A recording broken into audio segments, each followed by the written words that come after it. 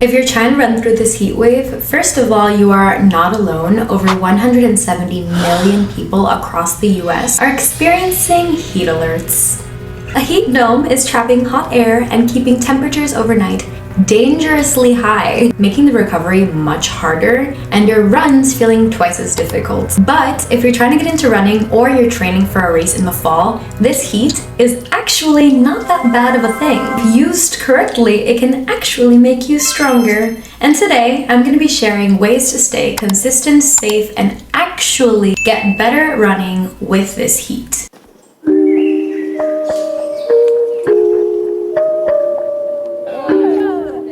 First, let me tell you why running in this heat actually feels so much harder. First, it's somewhat obvious. Your heart is actually working a lot harder to maintain a very similar type of effort. One of those reasons is because even though it feels like you're sweating more, your sweat actually evaporates in this humidity, making it harder for your body to cool down. Additionally, your pace naturally slows 15 to 30 seconds per mile when you're running anywhere in the 80s, 90s range. Something that's pretty helpful that we'll talk about later in this video are pace adjustments, because when you're dealing with humidity and heat, it's pretty essential for you to use the pace calculator, what paces you should actually be aiming for to make sure you do not crash out or hit fatigue too early. So if your paces are off, do not panic. This is your body trying to adapt to the heat. Now let's get into the tricks. First, make life easier for future you. What do I mean by this? Lay out every single thing that you're going to need for the following day the night before. I like to leave my shorts, my bra, my socks, my shoes, everything in the bathroom so that when I wake up and I have to go pee, all my things are right there. And it takes me anywhere from 5 to 10 minutes to get ready. Another thing to do is to make sure that you fill up your water bottle and you leave it in the fridge overnight so that it's ready to go when you're heading out the door. If this is an accessible option for you, I would also leave your alarm anywhere that is out of reach so that you are actually forced to get up and snoozing is no longer an option. All you're doing here is creating a system so that actually getting up and wanting to go run is a lot smoother. It's not always going to be perfect. There's going to be times when you don't want to get up, but knowing that everything is laid out for you, you don't have to put any thought into what you're going to be putting on, makes life so much easier. This technique has actually even helped me on moments that I have missed my alarm and I need to get up and going, and my things are just laid out and ready, so I don't even have to think about it. Next, you are planning ahead and you are adjusting your pace. Like I mentioned before, there's such a thing as a pace adjustment calculator. Here, you're going to look at the humidity and the temperature of the day. And you set the pace that you are ideally going for. And based off of the humidity and the temperature, that will give you the rough estimated pace that you should aim for. Do not train like it's 50 degrees outside when it is 95 degrees outside. Expect there to be an adjustment of 15 to 30 seconds per mile. Running at these slower paces is not going to make you slower.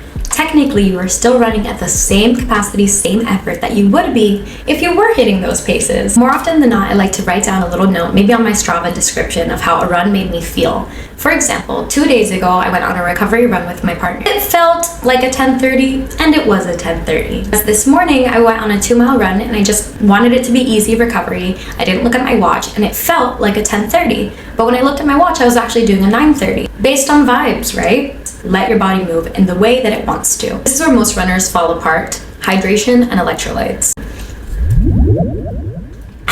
Obviously, I'm gonna tell you to hydrate. Remember, water alone is not enough, especially if you're drenched in sweat. There was a time where I was really into Element. I'm kind of getting back into it right now. It's a little bit too salty for me, so I overmix it with a lot of water. I also love the good old reliable Gatorade, the sweetness. I can't say no to a yellow Gatorade. And if you're interested in supporting a small business, one of my old coaches and my first coaches has this really great salt tablets brand called Get Salis. I've taken this before my longer runs. I've taken it before a half marathon. I felt perfect. One of the things that we don't really notice is that when we're underhydrated, our legs can actually feel a lot heavier.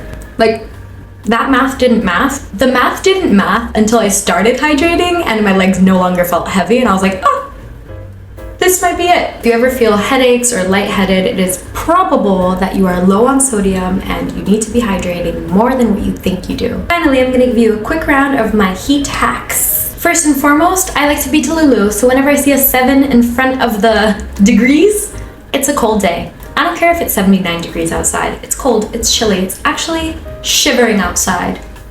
Wear a sweater. Same goes for the low 80s. At this point in time, I don't know when's the next time we're gonna see something in the 70s, so low 80s to me is the new cold. If it's 82 degrees outside, it is a chilly day, and I'm excited to get out there. Around that, you should be running either bright and early or late at night because it's way cooler in those times of days. If you're running and it's dark outside, remember to take a light. That has nothing to do with staying safe in the heat, but it has everything to do with staying safe generally speaking. Another suggestion, if you feel like you are dying mid-run, soak your hat in water, right? Find a water fountain near you, run it through some cold water and put that on your head. It's gonna feel amazing. Additionally, you can split your runs, guys. Every run does not have to be a consecutive run of not stopping. Instead of running for 30 minutes, you can run for 15 minutes, take a long break with water and all the things that you need, and then run again for another 15 minutes. It's not going to be too detrimental to what you are trying to succeed in the future. We're just trying to make sure that you do not get over fatigued and that you do not crash out from the thing that you're supposed to be enjoying. Remember to focus on effort, not the pace. I cannot emphasize this enough. It's really hard to get that in through our heads sometimes.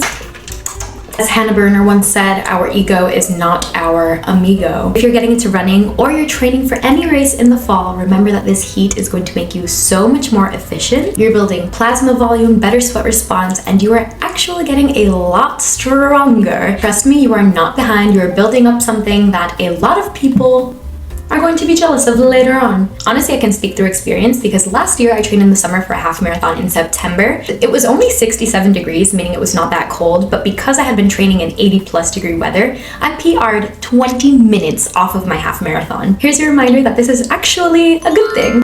Anyway, thank you for watching. Don't forget to like, subscribe, comment any races that you have coming up, especially if you need any guidance or any other suggestions. I am always checking the comments. I continue to be a small channel, but I appreciate all 8,000 of you for supporting me. So thank you. Bye.